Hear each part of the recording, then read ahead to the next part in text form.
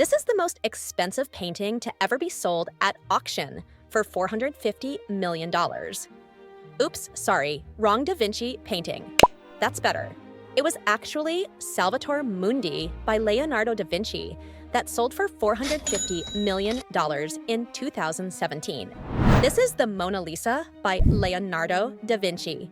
And if it went up for auction now, it would likely sell for far more than her orb-clutching counterpart. She's rich, she's famous, she's also apparently a bit of a disappointment. 8 million people go to the Louvre every year just to see the Mona Lisa, but once they arrive, they only spend about 15 seconds actually looking at her. But how is this possible? Is the Mona Lisa not worth the hype? Let's go back to the beginning, shall we? It's 1503. Leonardo da Vinci has just returned to Florence after a 2-year stay in Cesena. Shortly after his arrival, he's approached by a wealthy silk merchant named Francesco del Giocondo to paint a portrait of his 24-year-old wife, Lisa. What started off as a run-of-the-mill portrait turned into Leonardo da Vinci's magnum opus, a masterpiece the artist would continue working on until his death. A painting he would never part with, the feature he tinkered with the most, her smile.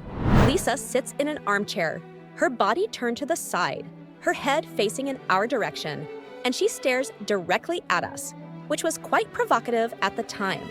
It wasn't unusual for wealthy women to pose for portraits, but they always posed passively, always looking away.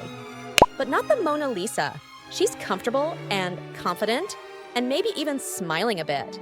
She wears a silk gown with ornate gold detailing around her neckline. A garment, possibly a scarf, cascades down her left shoulder. A thin, translucent veil frames her loose curls. Her dress is elegant and simple, so it doesn't distract from her face. Her left arm sits on the armrest, fingers dangling gently off the end.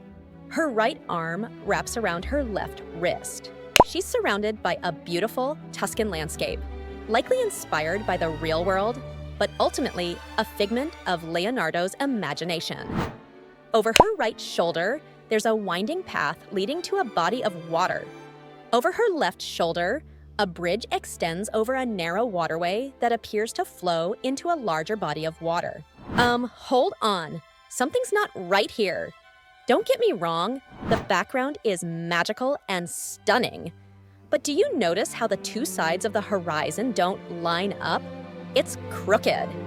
But how could Leonardo da Vinci make such a glaring mistake? He must not be the artistic genius everyone thinks he is, right? Wrong. Here's the kicker. The conflicting horizons were all a part of Leonardo's plan to create a sneaky optical trick. Because when our brain receives conflicting visual information, in this case, 2 different horizon lines, it jumps between the 2 images, trying to figure out which one is correct. But when it comes to the background of the Mona Lisa, our brains can't figure out the right answer because, well, there are 2 right answers.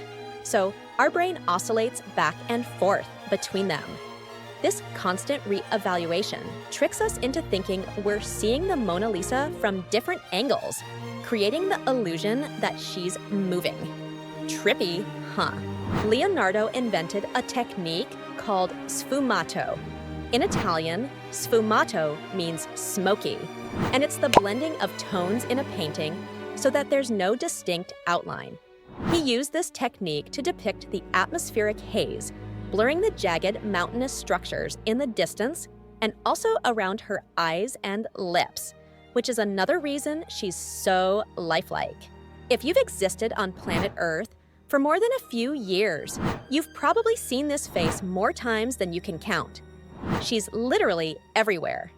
And maybe one of those billion times you looked into her eyes, you thought, who gives a rip? Or maybe you just don't understand why she looks like she's submerged in old asparagus water. So why is this the most famous painting in the world? Maybe it's because she has no eyelashes or eyebrows.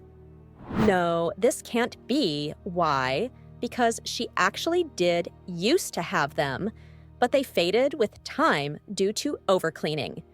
Giorgio Vasari even wrote about them in his 15 and 50 book, seeing that the eyes had the luster and moistness which are always seen in the living creature. And around them were the lashes and all those rosy and pearly tints that demand the greatest delicacy of execution. The eyebrows, through his having shown the manner in which the hair springs from the flesh, here more close and here more scanty, and curve according to the pores of the flesh, could not be more natural. This is a copy of the Mona Lisa likely made by one of Leonardo's art students in 1503. It gives a more accurate depiction of what Lisa actually looked like and also shows how much brighter the colors would have been when she was created in the beginning of the 16th century. So if you're wondering, no, Leonardo didn't just like painting in sepia tones. The yellowish-brown hue was actually caused by a yellowing of the varnish covering the painting, which could be fixed with a good restoration, but will likely never happen for fear of damaging the painting. A big reason why the Mona Lisa is so famous is because it was created by one of the greatest minds that ever lived. Although Leonardo da Vinci is now primarily known as a master painter, he likely thought of himself more as a scientist. And during his life, he made the majority of his money performing as a musician. We can see many of his intellectual pursuits in his notebook entries, where he sketched and wrote extensively about physics, engineering, and science. Thank you for watching. If you enjoyed this video, please click like and subscribe to our channel for more fascinating content. See you next time!